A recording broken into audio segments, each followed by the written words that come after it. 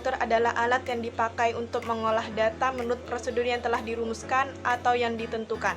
Kata komputer, COMPUTER, pada awalnya dipergunakan untuk menggambarkan orang yang pekerjaannya perhitungan aritmatika, dengan atau tanpa alat bantu.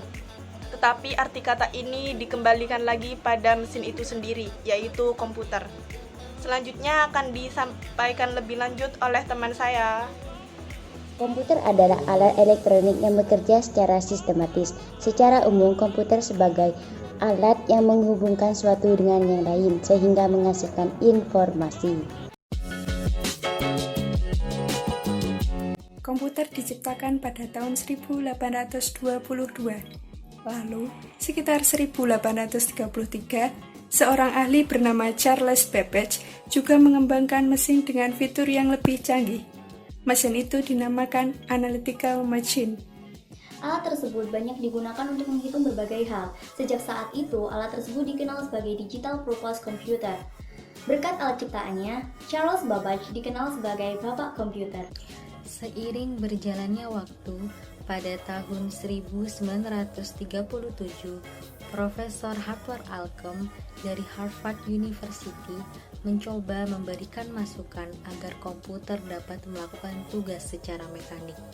Berkat perusahaan IBM, perangkat komputer dapat dibuat secara elektronik, sehingga komputer tersebut diberi nama Harvard Tandai iCalculator, pengontrol berurutan otomatis atau bisa juga disebut ASCII, sekitar tahun 1944. Yang pertama yaitu motherboard. Motherboard berfungsi sebagai tempat penghubung komponen-komponen penyusun sebuah komputer. Dan yang kedua yaitu CPU atau prosesor, yang berfungsi untuk mengontrol jalannya sebuah sistem pada komputer dan berguna sebagai otak atau pusat pada komputer, di mana bisa melakukan perhitungan dan menjalankan tugas. Yang ketiga yaitu VGA. VGA berfungsi membantu mengubah sinyal digital yang dihasilkan oleh sebuah komputer menjadi suatu tampilan layar grafik pada monitor.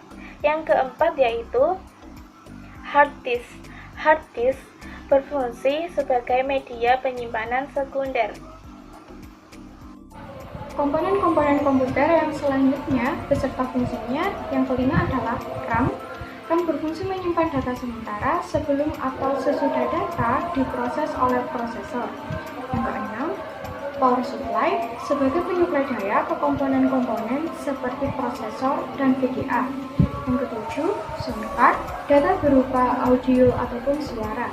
Yang kedelapan, optical drive, membaca maupun menulis data dari kepingan CD ataupun DVD. Komponen yang ke-9 adalah monitor, yang berfungsi untuk tempat keluarnya visual gambar ataupun video.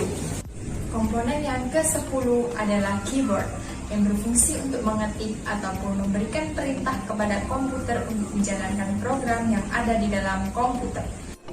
Dan yang terakhir adalah mouse, yang berfungsi untuk menjalankan program yang ada di dalam komputer dengan cara menggerakkan kursor.